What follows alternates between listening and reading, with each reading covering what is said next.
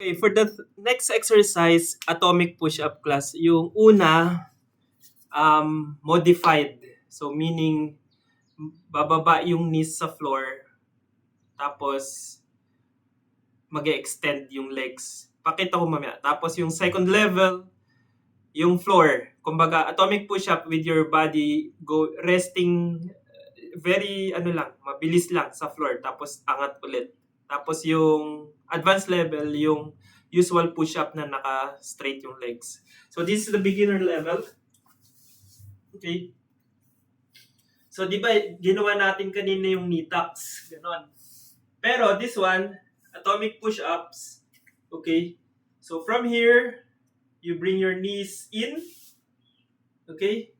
Tapos backwards, down, push-ups. Yun.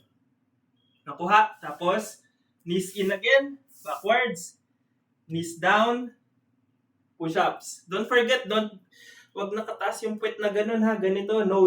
Okay? Keep it aligned. Ito yung beginner level. In, backwards, knees down, pwede nyo itaas yung paa, push-up. Okay, extend again. Tapos, ang intermediate level, okay, so legs straight. Tapos, bring your knees in. Okay? Tapos, extend. Push up down. Body down to the floor. Tapos, angat ulit. Ayun, ha? Knees in. Extend. Push up. Down to the floor. Tapos, angat.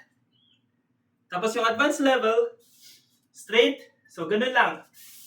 Knee tucks. Push up. Come up. Knee tucks. Push up. Come up. Ayun. So, it's not that easy, pero kaya.